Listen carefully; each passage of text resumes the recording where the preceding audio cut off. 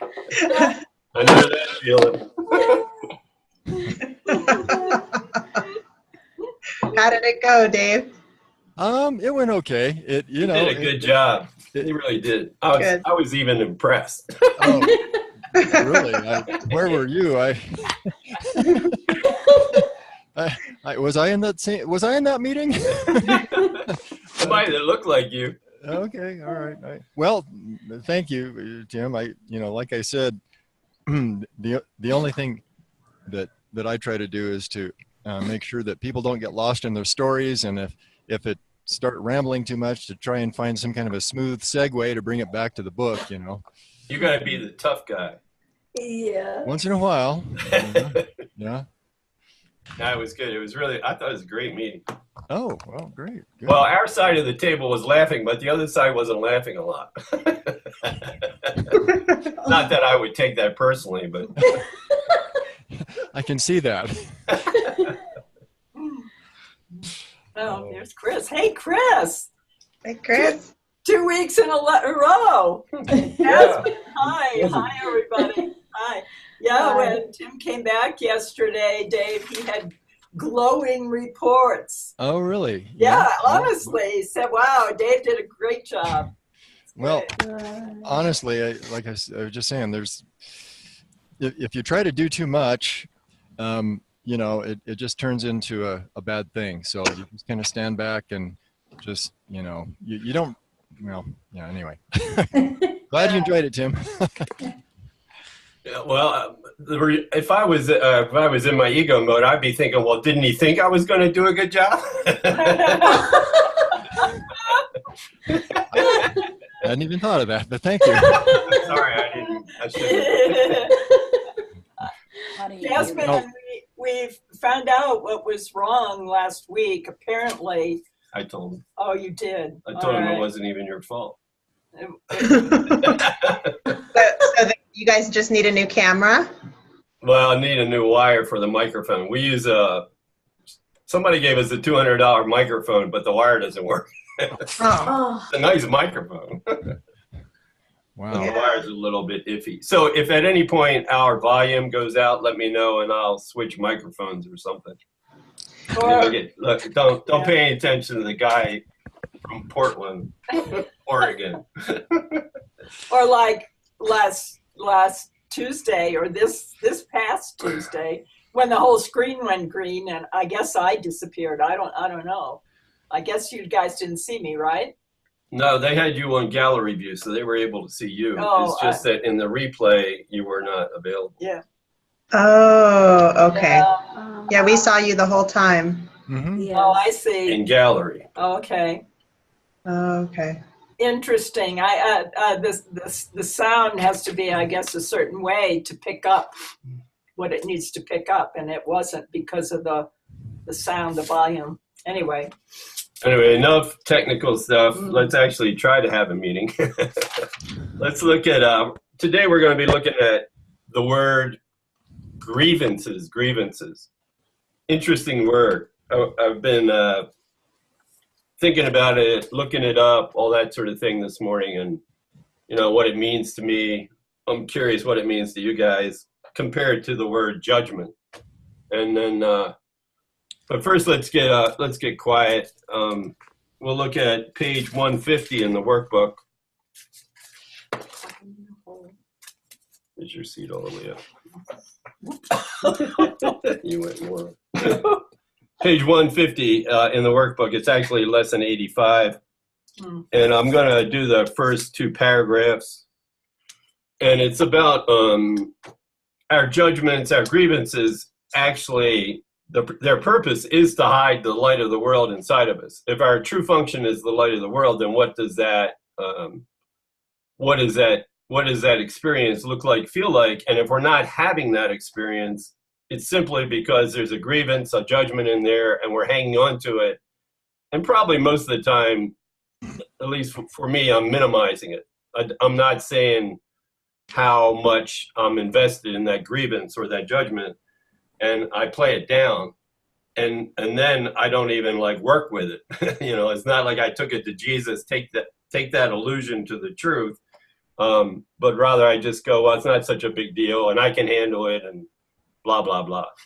But if I'm not having a holy instant right now, the only reason I'm not having a holy instant in any given moment is simply because I'm hanging on to a judgment. And usually I'm not aware of it. Sometimes I'm aware of it, but I think most of the time I'm not. It's just kind of in the back there somewhere. I put it on a back burner and I just don't feel like dealing with it. Whatever the excuse. The real excuse is I just don't want to have a holy instant. It doesn't look like that. It just it looks like I'm just being normal. I'm observing the world and how difficult it is, and I don't realize how much I'm judging it. Anyway, lesson 85. Before I get too carried away, I'll read the first two paragraphs. We'll get quiet for a second, and then I'll bring us out. My grievances, mine. My grievances hide the light of the world in me. My grievances show me what is not there and hide from me what I would see. Recognizing this, what do I want my grievances for? They keep me in darkness and hide the light. Grievances and light cannot go together, but light and vision must be joined for me to see.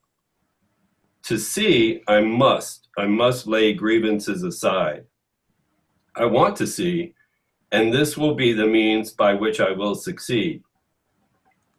Specific applications for this idea might be made in these forms. And then just think of a situation where you might be holding a grievance. Let me not use this as a block to sight. The light of the world can and will shine this grievance away. I have no need for this grievance. I want to see. And we'll get quiet for about a minute. I'll bring us out.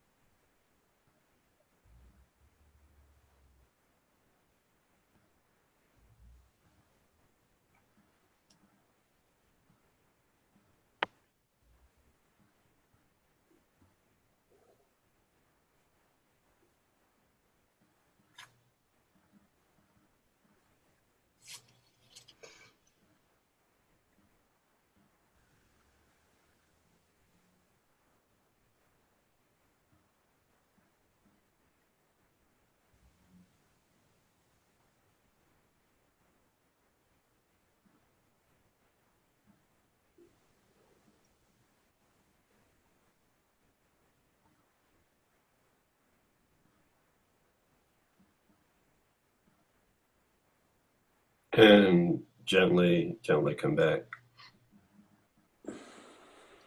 So when you think about that word grievance, what comes up for you, especially compared to like the way you might look at the word judgment or blaming somebody or any of the other words the Course might or might not use to, point the finger that way. And sometimes we hold a grievance against ourselves too, but how does that word feel to you? Any thoughts about that? It's related to the past. Yeah. Like vengeance, it's all about the past. Mm-hmm. Something that happened. And that's what I was going to say too, Dave, to me, grievance is a long-standing judgment against whatever. The word that comes to mind for me is chronic. It's like grievance is a kind of stored up, like chronic judgments or attacks. Like money in a bank getting interest, getting lots of interest on it. And they're ready for me to pull out at any moment that I need a grievance, in order to justify my anger and attack. Much more for me, the grievance is intentional in the fact that, you know, judgment is quick and we do them 1,000 times a day, but a grievance is an intentional thing to hold on and hold somebody hostage to a sin. Yeah. Like a deeper sense of injustice. That's what it feels very deep to me, long standing. I think of the word ongoing. Something is just long standing. I actually was thinking about the Declaration of Independence and their list of grievances, against the King of England, and how, that's sort of like a symbol of the authority problem.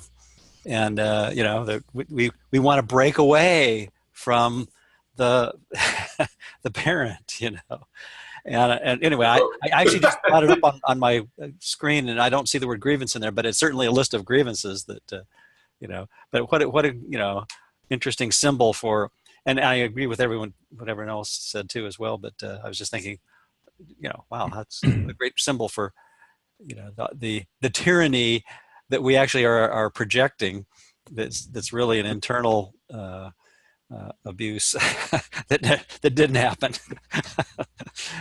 We're being oppressed, so we have every right to take arms. Jesus, I don't know about you guys, but Jesus talks to me in the shower probably it's probably the only time I'm willing to listen to him, actually. I mean, I think he's talking all the time, but in the shower, I actually tend to listen. And what I heard him pointing out this morning was the original grievance was, we were deeply affected by God didn't want to recognize our separation. And he wasn't willing to give us what we needed, meaning self-autonomy. And there was a deep-seated, very deep-seated, ongoing, consistent, this is what I need, this is what I want, and you're not giving it to me.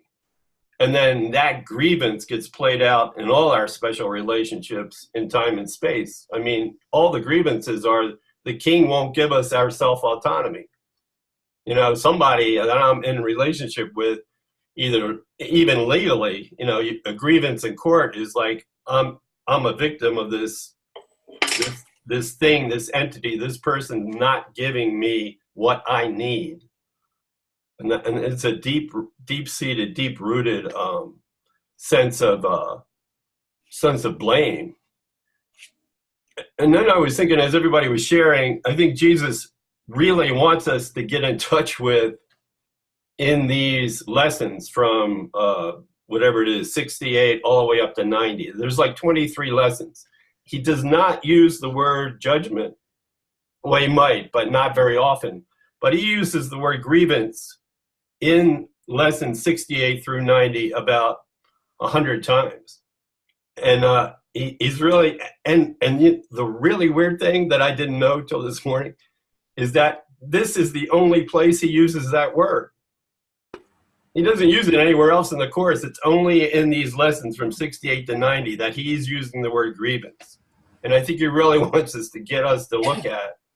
This is the other thing I think he was telling me in the shower, that any little judgment I have, if I'm willing to sit with it, I'll realize how deep-rooted, how tenacious, and how ongoing that judgment is. It's not just like this superficial thing, but this is like a deep-rooted sense of God didn't give me what I want, and now you better. That's why I'm in a relationship with you. It's interesting that the word grievance has grieve as its root, grieve. And, we're the ones that really grieve as the result of our grievances. Yeah, like I'm being denied something I really need. I was trying to figure out that, there's grief, there's the word grief, and then there's the word grieving. And then you think grieving would somehow have something to do with a grievance. And in that sense, I think that's what you were saying. Yeah. We're the ones suffering as a result, only we think it's somebody else is the one suffering. Just sort of a quick overview of the first 90 lessons. lessons 1 through 50, I think Ken at some point said they were really the metaphysical foundation for all the themes that the course was going to explore. And he was going to take everything that was brought up in the first 50 lessons and he was going to, expand on them and develop those ideas throughout the rest of the workbook and certainly throughout the text and the manual. And then, so in those first 50 lessons, the actual word forgiveness is only used in 2 lessons in those first 50. You would think it would be in there a whole lot more, especially since he's laying the foundation for the entire course in those first 50 lessons. But the word forgiveness is mentioned in lesson 46, and then I think it's 46, and then later in the review lesson 59, I think. So he's going back and he's in lesson 59, he's really laying this kind of foundation that the whole rest of the book is about forgiveness. And then in lessons like 61 through 67-ish, he's talking about how important forgiveness is. Like, forgiveness is my function here. And for not only that, if I want to be happy at all, I need to do forgiveness. So forgiveness equals my function, equals my happiness. And that's just a done deal. And he really lays that out lesson after lesson for the last 7 or 8 lessons. And then he kind of gives us a break in today's lesson, like God, love created me like itself. It's like he's really giving us a sense of what our true self is in this lesson. And that there really is an identity called the true self that we can connect with. And then he goes off. That is like the only way we can have that connection with a true self. The only way we can have a holy instant is by looking at, acknowledging, and being willing to let go of all these grievances that we're hanging on to. The only reason in any given moment I'm not having a holy instant is simply because I'm hanging on to some kind of grievance, which goes back to my grievance, I think, against God. And at the bottom of that would be the belief, the actual certainty that I can attack, and that attack will give me something. Will work. Right? Yeah, right. The attack will give me something that is more valuable to me than peace. So, for example, in lesson 71, only God's plan for salvation will work. Well, no, I got lots of ideas of what will work. Let me tell you about them. But don't let me down when I tell you. We got a deal here, right? This is what I need.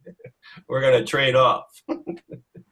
So this idea of forgiveness being our only function, I mean, he really hasn't talked about what it is, but in these lessons 68 through 90, he's really uncompromising that it's letting go of grievances, whatever that looks like, whatever that feels like. And the first part of that is we have to really acknowledge we're hanging on to this stuff. I mean, there's no motivation to let them go if we don't even know if we're pretending we're not even hanging on to them. So I think that's what the lessons are bringing to the surface. Yeah, go ahead. Don't you think he avoids the forgiveness thing in the early lessons because it would be forgiveness of the world, our traditional understanding? Yeah. We're not in guilt yet. To even know. He sure took his time about what it is. Of course, there's some assumption maybe we had read something in the text about what it is. Yeah, I like what you just said, because I think that ties into the idea that we have to establish first in a non-condemning way that the world isn't our real identity and is illusory in order for us to have a basis for forgiveness to work. So I kind of get that. Yeah. Yeah, that's another way. We're not really ready for another way, which is Jesus' version of forgiveness, as long as we really think the world is real and, something really is going on here. It makes no sense. I looked up the word grievance. Like I say, it's only in these lessons 68 through 90, and it's in there about 100 times. the word judgment, judging, you know, judged, all those words with judge as the root word, it's in there a lot. I mean, that's his favorite word when he talks about finger pointing, judged, and it's in there about 500 times. Condemnation, condemning, self-condemning, condemning our brothers, it's in there about 160 times. And the word that he doesn't use very often, probably my favorite word, is blame. Like, I can identify with blame right away. So, but he only uses that about 30 times. So it was, you know, I'm a counter. I like to see sometimes what he's emphasizing in any given moment. Let's look at lesson 68.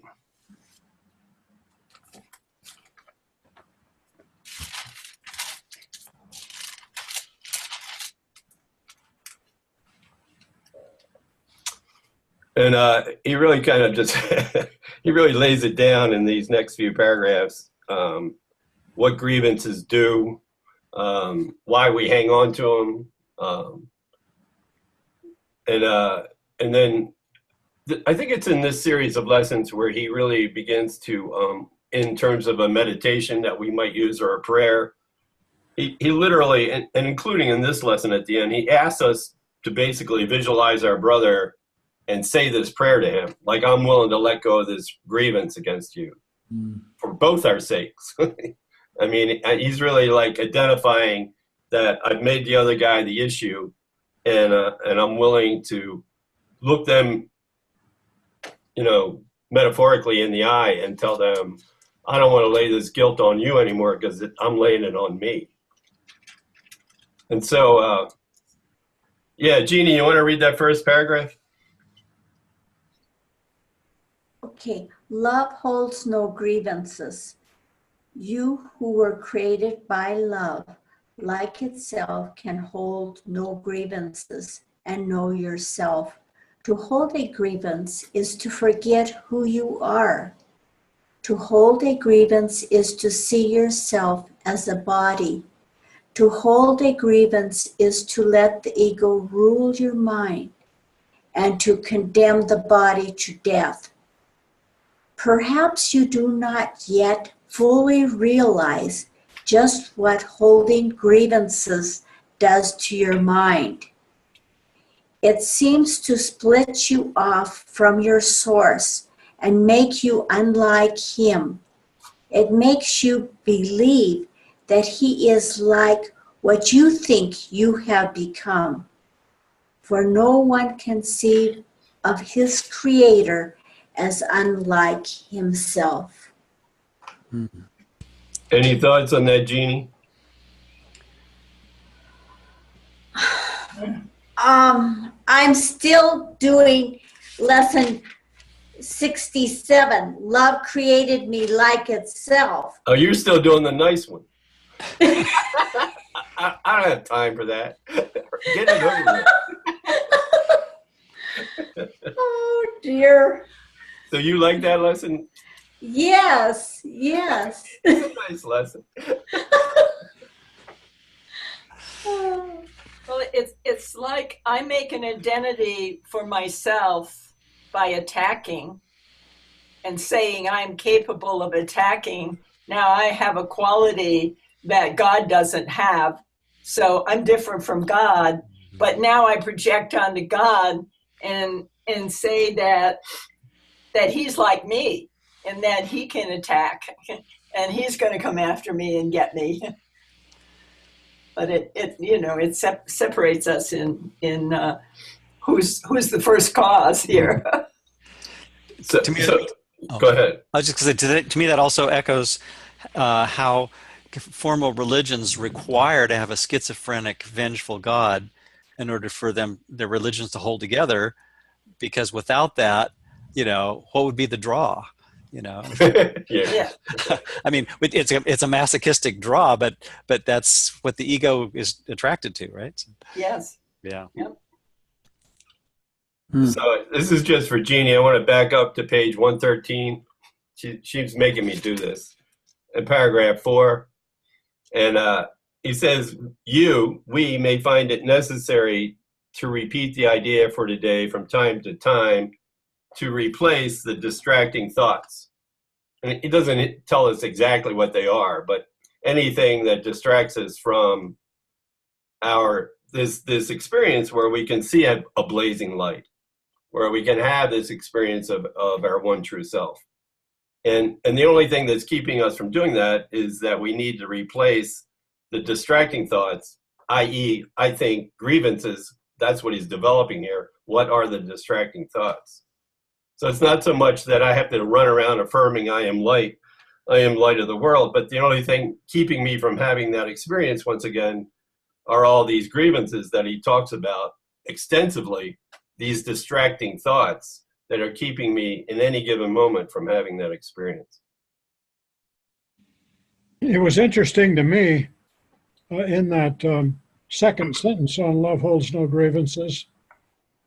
To hold a grievance is to see yourself as a body.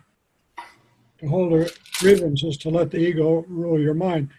So our grievances are against what we perceive as physically against us. And we're not really seeing who we are. Love created us like himself. Yeah, I think with the body, that whole idea that grievance really gets rooted. It really gets like form. It's concrete. It's like nobody's going to argue with this, especially me. This is serious. Hate has to be specific. Hate is specific. So we have to have another body to attack, to have a place to put our attack. So, yeah. Even if it's our own. Yeah, exactly. But it has to be something specific.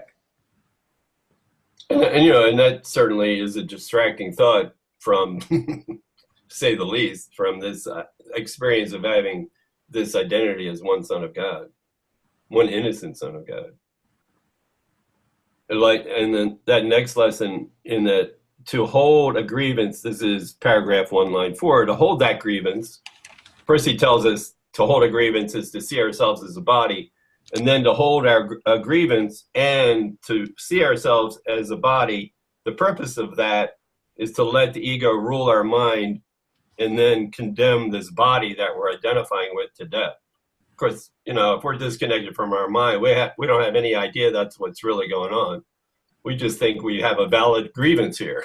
This is my body and your body. I'm holding a grievance against what you did or didn't do.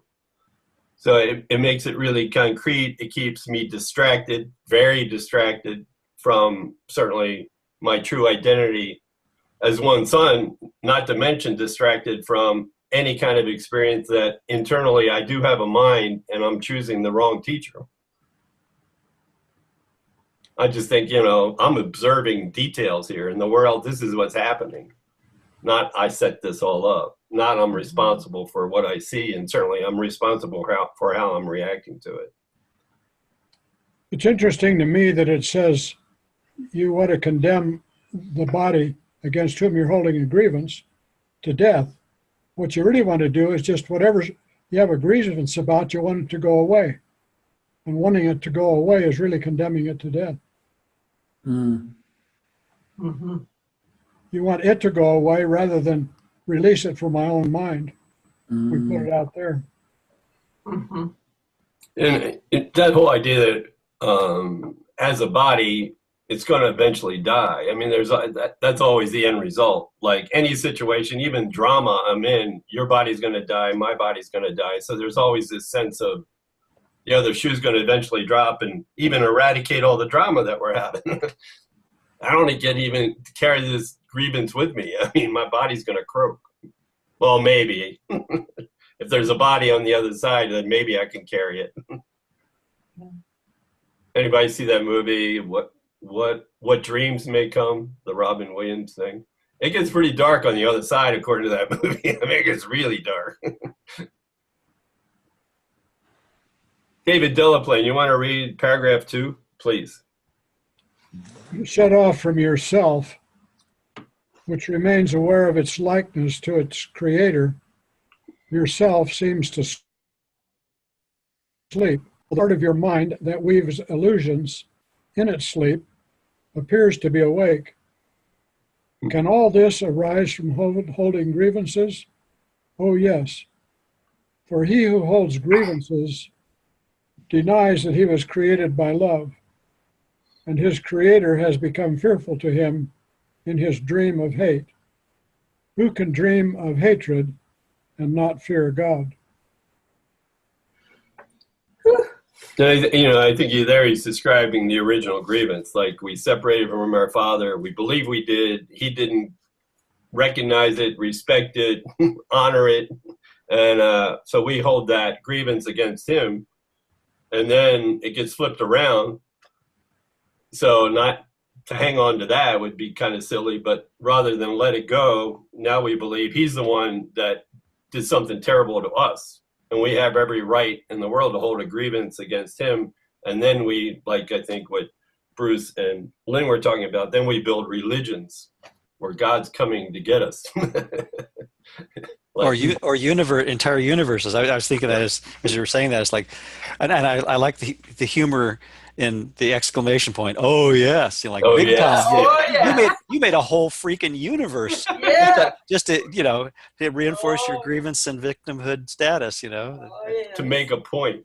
Really, yeah, that's like serious vendetta stuff. Yeah. It's really an interesting sentence that says your self seems to sleep, while part of your mind that weaves illusions in its sleep appears to be awake. Mm-hmm. Yeah. Just making the world real. Yeah, there's a place, I think, in one of the earlier lessons where he says, the Christ in you, the light in you, is always awake. It's never asleep. It's always there, but it's covered over by our grievances and our attacks. So that would be the ego. So now the ego seems like it's living and alive and having a life, and the Christ is buried underneath that, always awake, but we are unaware of it because we're identified with the part of us that really is asleep, but we think it's awake. We think it's alive. We think we're having a life. And and that being true, that consistent voice of the Holy Spirit's always there and telling us we are the light of the world, in order not to even let that sink in, even for like a nano. Like Leonard Cohen calls it, a crack lets the light in. But this some of the words we used about grievance were its consistency, its dark past. It's not going anywhere. It's not going away. I mean, we have to have this solid wall of a grievance to keep any light from getting in at all. That's a lot of work. Not to mention not a lot of fun. All to make a point. John Chowanek, can you hear me? Where is he? How do you know? John, are you there? We can't hear you.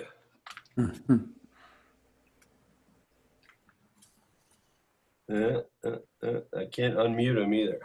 He won't let me. Okay, Linda German, you want to read the next one?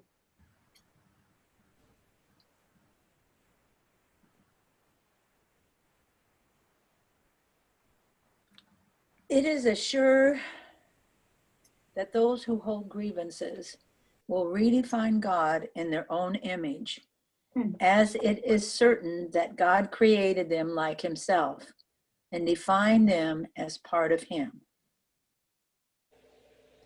It is as sure that those who hold grievances will suffer guilt, as it is certain that those who forgive will find peace.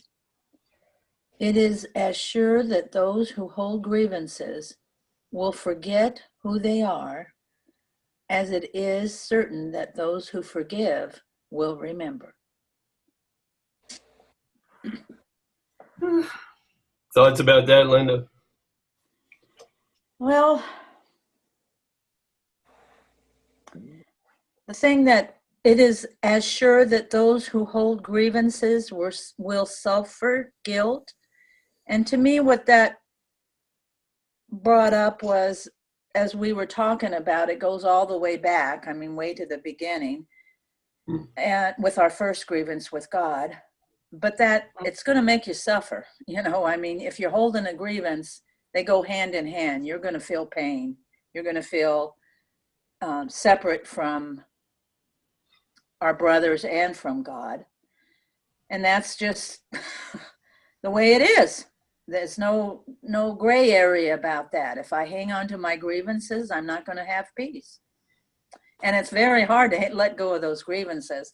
Whenever we talk about grievances, it sounds like most people go back to the beginning, our first grievance with God, but I always go back to my grievance with Donna. She's in my life right now. So, Shortcut. shortcut, yeah. So, and I'm here in Minneapolis, grandson's birthday, so he's 16 now. Wow. All right. You're up there in John Chewanick country. Oh gosh, it's cold. Abby, I tried to put Abby outside to pee this morning, and she just turned around and came right back in.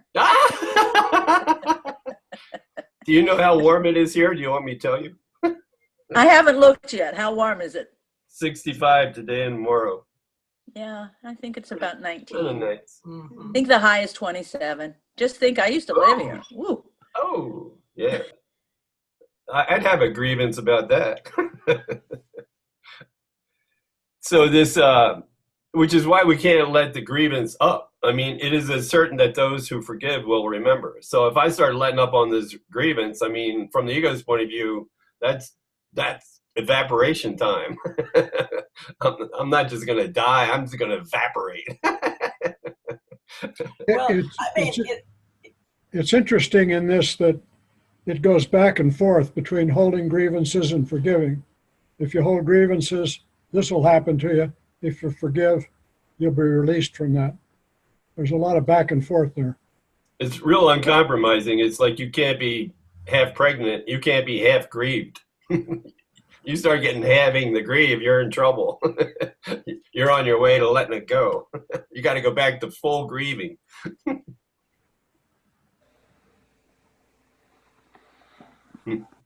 It's like there really is only one grievance. You know, the belief that somebody's attacked somebody, right? Mm-hmm. I mean, my grievance was against God. He wouldn't give me my specialness. So, you know, I kicked him out, so to speak. You know, I attacked him. But now that belief in attack, that I actually can attack and did, is in my mind. And the only way I can preserve that belief in separation, that God and I are now estranged, is to keep that belief in attack and justification for my grievances alive in my mind. But it's just like a habit that I have to keep enacting in order to keep it potentially, that potential to attack in alive in my mind. You know, it's like, I mean, it really is an impossibility in the truth, because there is only oneness. There is only the love of God. So that's why I said, you know, if you understand that love created you and you are one with everything, then it would be impossible to attack, and it would be possible to have grievances. But to be who I think I am, who I imagine myself to be, I really have to keep working at having, attacking, judging, and being justified in grievances.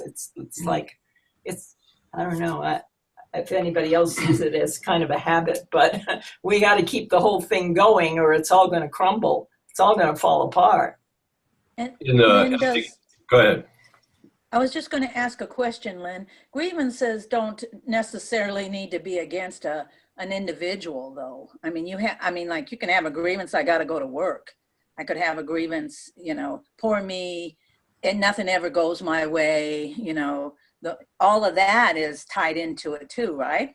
I mean, Well, as right long from as the beginning. Yeah, as long as the ego thought system is alive and well in my mind, I'm just going to be attacking and finding justifications for grievances everywhere. If it snows today and I was going to go on a picnic, I have a grievance, you know? It's right there and ready because that's at the core of my belief system.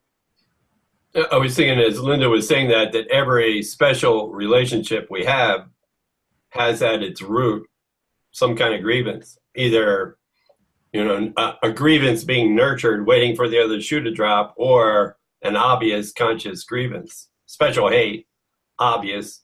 Special love, well, eventually this is going to fail me. So, I mean, there's like an underlying grievance in every special relationship we have, meaning in every relationship we have. If I'm in ego mode, there's got to be a grievance, and I'm not even looking at it, much less even half aware of it. He talks about motivation in paragraph 4. It's a matter of not getting out of that special relationship what we want. And to me, the bottom line of this paragraph 3, as sure as those who hold grievances will forget who they are, it is as certain that those who forgive will remember. Yep. That's really the hook, isn't it? Mm-hmm. Yeah, that was David, lesson where he says, my only function is the one God gave me. In that lesson, he literally says, and the other part of it that is the difficult one is you don't have any other function. You're not suited for any other function. The only function you can actually perform and succeed is forgiveness, and all your other functions are completely made up. Attack and judgment and anger. Those are all, made up functions. And as long as we believe we can do those, we will not experience forgiveness. He says you can't have both. You can't have other functions. That's a tall order to just realize that all those other functions that I have given myself are impossibilities, and the only one I can fulfill, the only one that will make me happy is forgiveness. That's it. So in those, 6, 7 lessons from the Holy Spirit's point of view, my function equals forgiveness, equals my happiness. And this whole thing on grievances, the ego's function equals holding grievances, equals, I actually believe there's going to be some kind of happiness in that, some kind of security in maintaining victims and victimizers. Name names. Getting rid of my guilt. Yeah, getting rid of my guilt. Which I can't get rid of. And it's your guilt, not mine. Chris, Scott, you want to read paragraph 4? Please. Sure. Would you not be willing to relinquish your grievances if you believed all this were so? Perhaps you do not think that you can let your grievances go. That, however, is simply a matter of motivation. Today we will try to find out how you would feel without them. If you succeed even by ever so little, there will never be a problem in motivation ever again. Woo. Hallelujah. Yeah, hallelujah. Jesus, that's that image of Jesus has a big foot. He's the original Bigfoot. You get his foot in the door, it's kind of hard to get it out. So there won't be ever a problem in motivation again because he's got his foot in the door. I mean, we actually let him in for a while and things didn't feel so bad. We try to motivation seems to be, what do we really want? Do we want to get rid of our grievances? You watch the news and you think of Kim in North Korea, or you think of Putin in Russia, and do we want to get rid of those grievances and see these folks as my brother? If we want another way, I mean, that seems to be the bottom line question. Do we really want another way, or do we just want a better world? Forgiveness is the only way to another world, and seeing the real world. Forgiveness is the only way. But sometimes we think we want another way, but we don't really want it. We don't want what it takes to do it, which is giving up our grievances. We don't want to give up that grievance because we think they deserve some form of judgment for what they're doing. In the next paragraph, he talks about, actually, we got to go looking for this stuff. I mean, it's not hard. We just got to kind of scratch the surface. And he talks about in the next paragraph, there's obvious grievances, but there's some that we're hanging on to. We don't even know, we don't want to admit that's what's going on. Jim, you want to read that next paragraph 5, please? Sure. Begin today's extended practice period by searching your mind for those against whom you hold what you regard as major grievances. Some of these will be quite easy to find. Then think of the seemingly minor grievances you hold against those you like and even think you love. It will quickly become apparent that there is no one against whom you do not cherish grievances of some sort. This has left you alone in all the universe in your perception of yourself. Wow. I was thinking about, Ken used to talk about how people would accuse him of emphasizing the dark too much, like this need to bring it to the surface. And of course, he always felt like if people weren't reacting that way, then he wasn't really giving the message the way he should. I mean, it was kind of a backwards affirmation that he was saying the right thing, because people were going, no, it's not. I don't have to look at the dark. I don't have to admit that, oh, here comes Nobby. I don't have to admit that I'm hanging on to this stuff that, I certainly don't want to. I just want to jump right to, I am the light of the world. Why do I got to look? And that, right from the introduction of the text, it's like, this is not a course about being the light of the world. That's already a done deal. This is a course about removing the blocks, meaning all these grievances, and looking at the dark and admitting how painful it is, and admitting how much I'm hanging on to this stuff in order to be motivated even to let it go. Those are the blocks to that experience of the holy instant. Tim, is that what you said something earlier, and sorry for wanting to back up, but you said something like there's a difference between observing the world and taking responsibility for it. Is that what you mean did you mean by that there's a component of looking more deeply at that, or? Well, usually when I'm justifying a grievance and I don't even want to begin to admit that I'm hanging on to it, I call it, I'm observing the world. I see victims and victimizers. It's just the way it is. But that, and then I think the process is to begin to, and what if I'm not upset for the reason I think? What if I am responsible for the way all these reactions I'm having to the world? What if the grievances are all made up? And just take my favorite grievance and work with that one for a while. Is it really made up?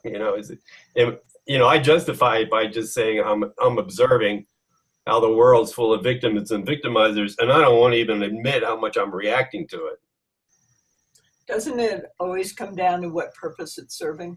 I mean, somewhere I have to see that it's serving a purpose for me, Which is, the purpose is what? Separation from my brother, to prove that I exist.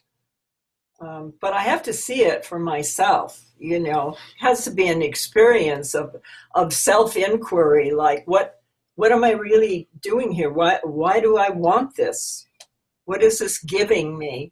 Because until I see that it's not giving me what I want, I'm not going to give it up. Is it possible to observe the world and not hold a grievance toward it? Just back off and... We hope so. We hope so. Sort of. In our best moments, we hope so. Yeah. When we don't react to it, we're teaching ourselves that it's not real. It has no power.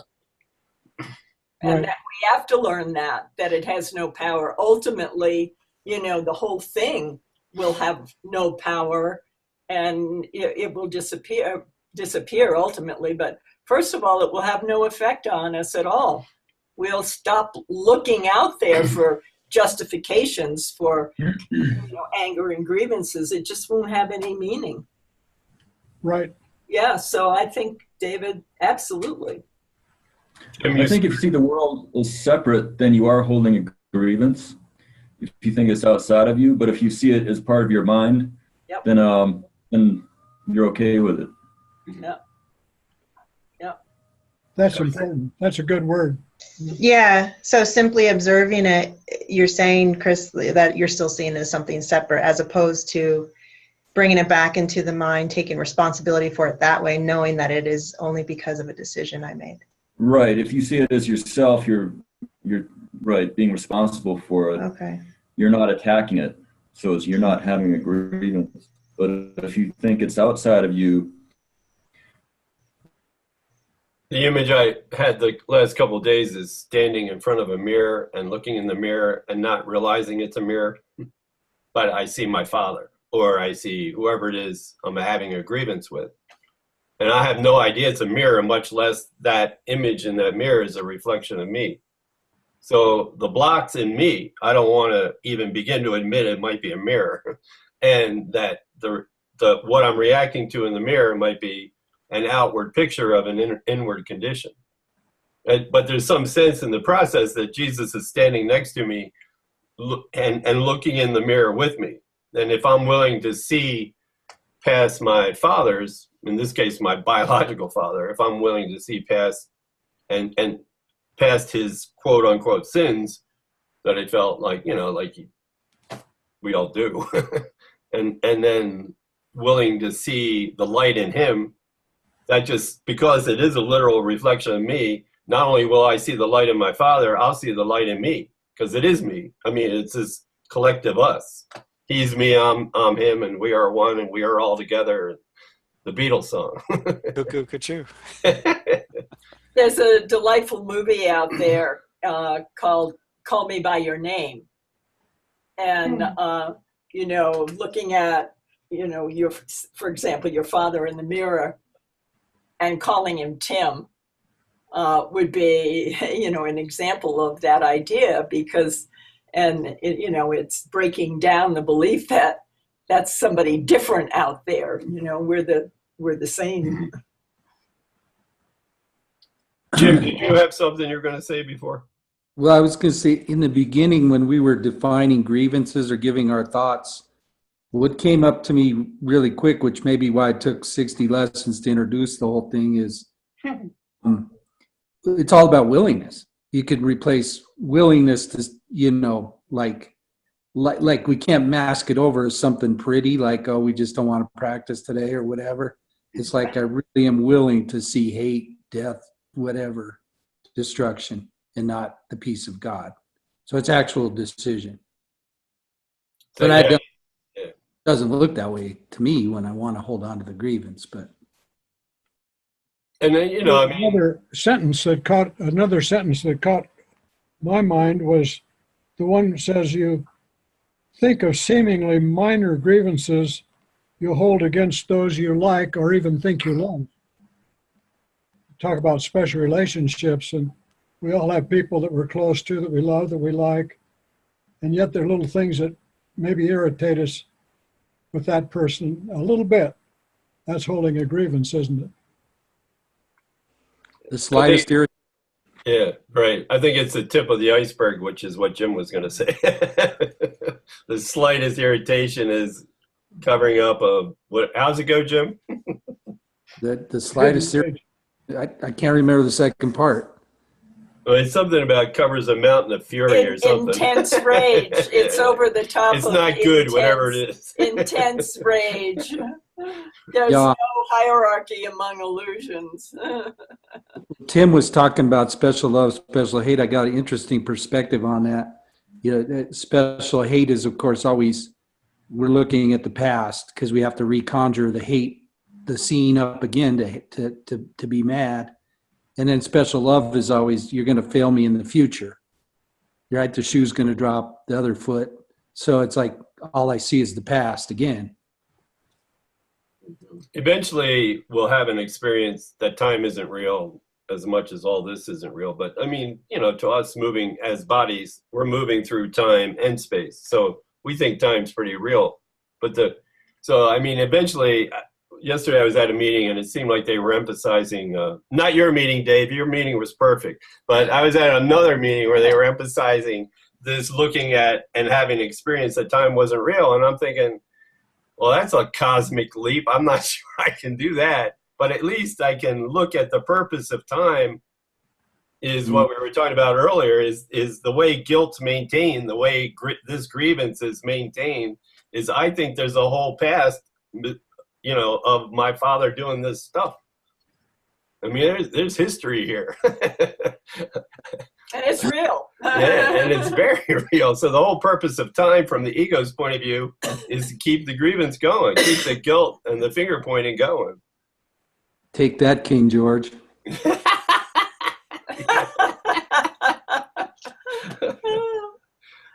We did it. That's right. All right, next page. Dave Van Dyke, you want to read 6, please? Sure. Determine now to see all these people as friends. Say to them all, thinking of each one in turn as you do so, I would see you as my friend, that I may remember you are a part of me and come to know myself. So spend the remainder of the practice period trying to think of yourself as completely at peace with everyone and everything, safe in a world that protects you and loves you, and that you love in return. Try to feel safety surrounding you, hovering over you and holding you up. Try to believe, however briefly, that nothing can harm you in any way.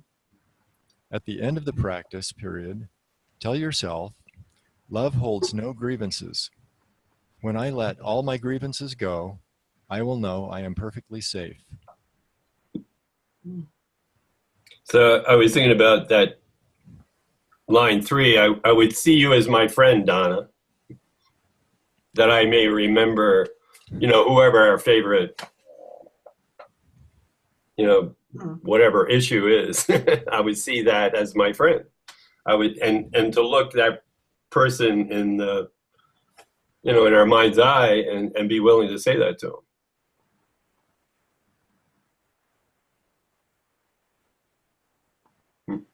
What's helped me so much too, Tim, is listening to Ken talk about, you know, making it about them. I mean, because I think I kind of got that concept, and now I don't feel the terrible guilt because I'm not involved, you know. I mean, I've stepped back, and it's like, you don't have to be in the middle of it, Linda, to be. In fact, it's better if you're not in the middle of it. Do the work in your mind. You know, that's where you got to do the work with. Mm-hmm. Donna is in your mind, and you don't have to be there rescuing her, you know. Mm-hmm. That's really helped me a lot, all those tapes. That's a huge step, Linda. I mean, that's that's really the whole direction of the course, is to realize there's no world out there and that everything is in your mind. And by changing your mind and changing what you want to see, yeah, that's the way to freedom. It's awesome. So I would see you as my friend, not my enemy, not this person that's causing me this grievance, not this thing that I believe I'm reacting to. Oh, I would be willing to see you as my friend and not use you in that way. What was that? To imprison myself. Yeah, chapter 15. Yeah. Right. Yeah. Talks a lot about safety in that paragraph, that if you don't hold a grievance, you're going to feel safe. Because holding a grievance, you're waiting for them to come back at you. And if you release all your grievances, you can feel totally safe. Yeah, we kind of partially touched on that in one meeting we had, but just it'd be interesting to have a whole meeting on safety, what that looks like. What is real safety? What is not real safety? What am I invested in that's not really very safe, thinking is going to make me safe? And that's what makes me think about, it's not just, it's not, you can't tag it onto these grievances with just an individual. I mean, there's so many grievances that I carry that I'm not even aware of, I mean, the big ones, yeah, but there, when you sit back and you think about it and you think, well, there's a whole lot that is separating me in my mind from who I really am. And those are all grievances. And the good news is that's the only thing that's separating us. Meaning I could actually do something with those. I could actually look at the way I'm seeing people and ask for help to see it a different way. And then voila, holy instant. Yeah. Paragraph 7, I'll read that one. The short practice period should include a quick application of today's idea in this form whenever any thought of grievances arises against anyone, physically present or not, from our past, from the future, whatever. Love holds no grievances. Let me not betray myself.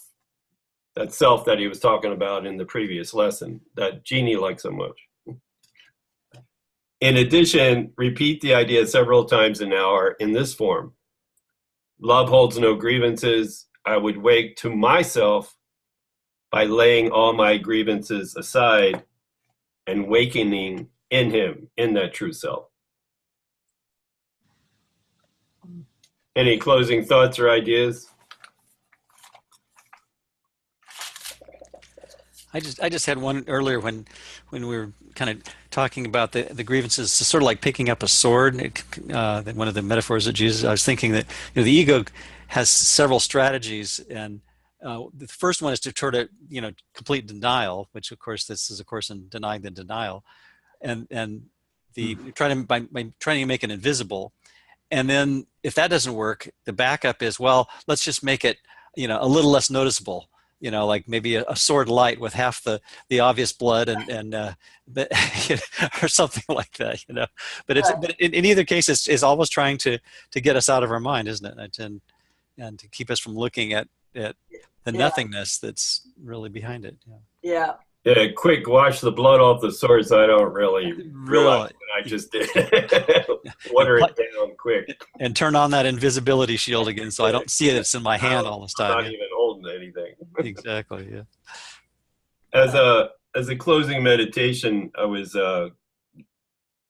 looking at another review lesson. It's page 154 in the workbook. It's lesson 89.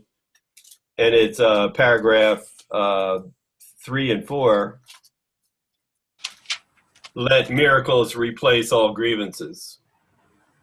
And I think that lesson really spells out the process of we will have a miracle. We will have a holy instant if we allow that to happen. If we acknowledge the grievance, we don't wash the blood off the sword, but we look at the sword with Jesus and then realize, it wasn't real.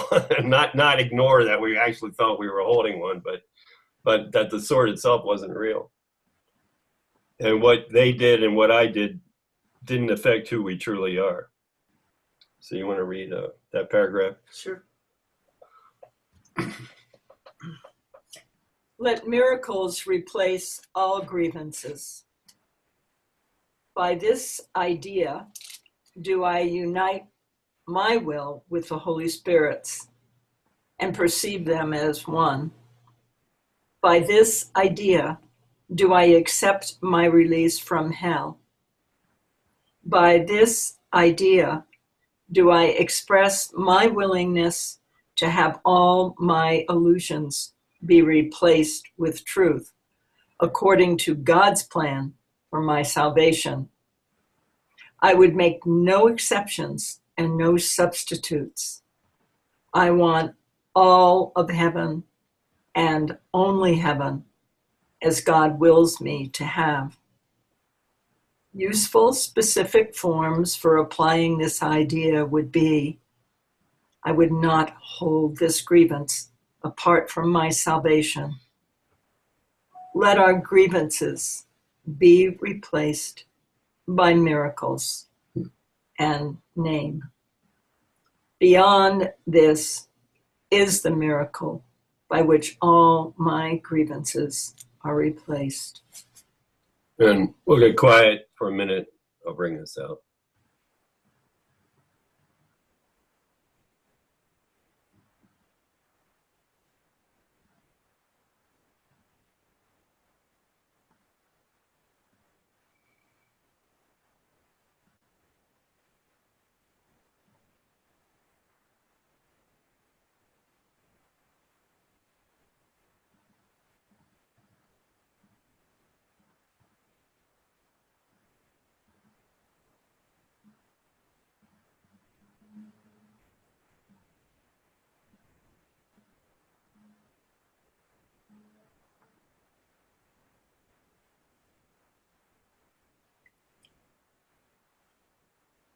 And gently, gently come back.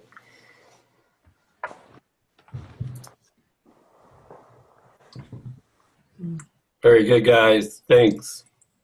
Thank you. Thanks a lot, Tim. Thanks a lot, Thanks. Lynn. Bye-bye. Bye now. Good weekend. See ya. You too. Bye.